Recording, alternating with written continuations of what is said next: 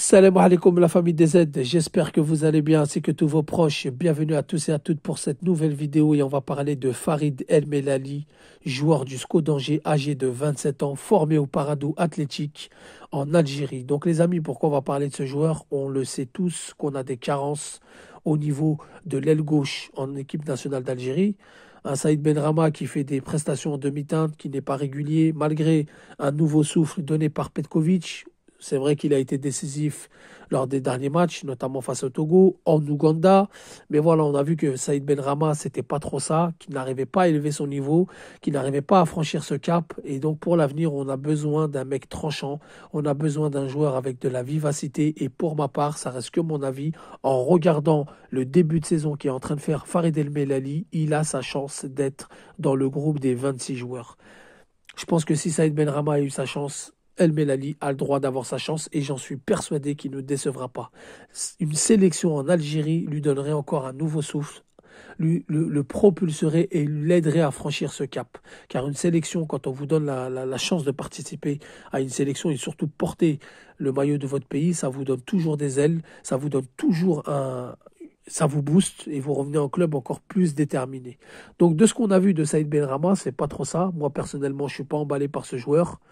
Il a eu des chances à maintes reprises avec différents sélectionneurs. Il est là depuis 2015. Ses stats parlent pour lui ou contre lui, appelez ça comme vous voulez. Et donc c'est pour ça que pour moi, Farid El Melali pourrait faire l'affaire. Il est bon balle au pied, il est bon dans les appels de balles, il est bon dans les centres, il est bon dans les dribbles, il garde bien le ballon, il est capable de dribbler n'importe quel joueur de Ligue 1. La seule chose où il pêche, c'est la finition. Je pense qu'il aurait pu être meilleur passeur qu'il est actuellement, hein, car il a un but et une passe D. Mais on va revenir sur ses stats. Il aurait pu avoir plus de buts, mais on a vu face à Marseille qu'il est capable d'élever son niveau. Au Vélodrome, il a mis un but sur coup franc. Il a fait un très bon match. Les supporters du SCO d'Angers l'ont bien noté, ont bien parlé de lui sur ce match, et lui et Abdelli d'ailleurs, hein.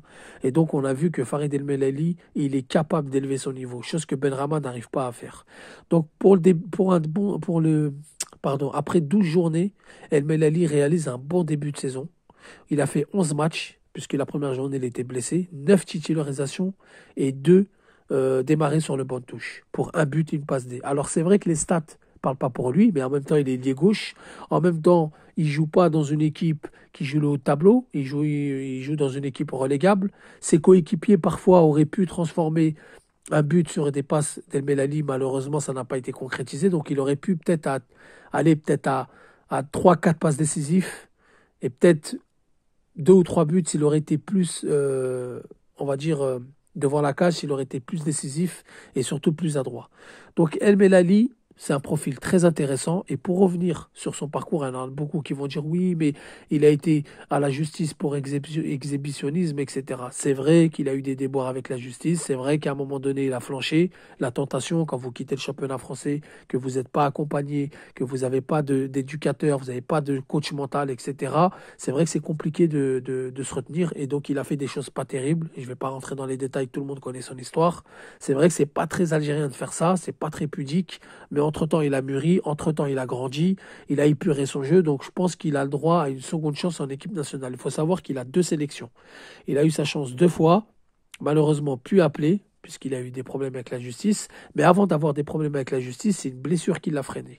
Alors, quand il rejoint le SCO d'Angers en 2018, il n'a pas trop sa chance. Il est âgé de 21 ans. Il est encore en apprentissage, car le championnat français, c'est plus rude, plus tactique, plus technique, surtout défensif. On rentre dedans, donc il était encore en apprentissage avec son entraîneur qui à l'époque était Moulin, jusqu'à, je crois, l'année 2019-2020, où est-ce qu'il fait une préparation d'avant-saison et il joue un match déclic face à Arsenal, où il donne une copie, mais plus que magnifique. D'ailleurs, il était buteur sur ce match. Appel de balle, dribble, balle au pied, dos au but, vision de jeu, etc. Il éblouit les supporters du SCO d'Angers qui avaient applaudi sa prestation. Et là, l'entraîneur lui fait confiance. Il met but sur but contre Metz, contre Lorient. Il fait des passes décisives jusqu'à ce match au Vélodrome où il se blesse devant Jordan Amavi après un gros choc. Il se blesse au genou et donc il est écarté des terrains. Il revient.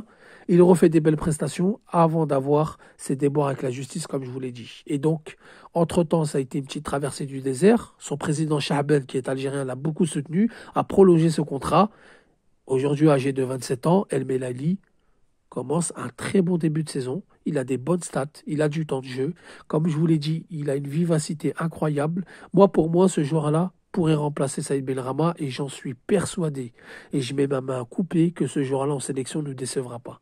En attendant, on aime bien parler d'Akliouche, on a bien parlé de Ryan Cherki. Je vais faire une vidéo demain sur ces sujets-là parce qu'à un moment donné, il faut avoir un peu de nif. Les joueurs qui ne veulent pas venir, faut pas trop parler d'eux. Oussama Aouar, il a été en équipe de France faire un match amical. Tout le monde l'a cassé, tout le monde l'a descendu.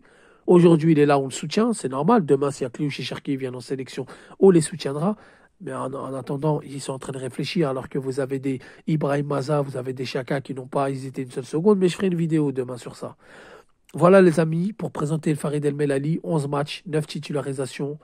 2 fois, il a démarré sur le banc de touche, un but, une passe D. Alors c'est peut-être les stats qu'on n'attend pas vraiment d'un ailier gauche. Il a peut-être pas des stats qui parlent pour lui, mais sur le terrain, il apporte beaucoup. Il crée des actions, il crée des décalages et il pourrait faire un bien énorme. Vous le mettez avec Amoura, il peut faire un bien énorme. Et même en sortie de banc, il peut faire un bien énorme. Si demain il y a une blessure, il peut, remplir les critères d'un remplaçant. Ou voilà, c'est tout simplement El Melali. Pour moi, c'est la classe balle au pied. Donc les amis, dites-moi ce que vous en pensez. Est-ce qu'il mérite sa chance? Est-ce qu'il doit être avec nous en sélection?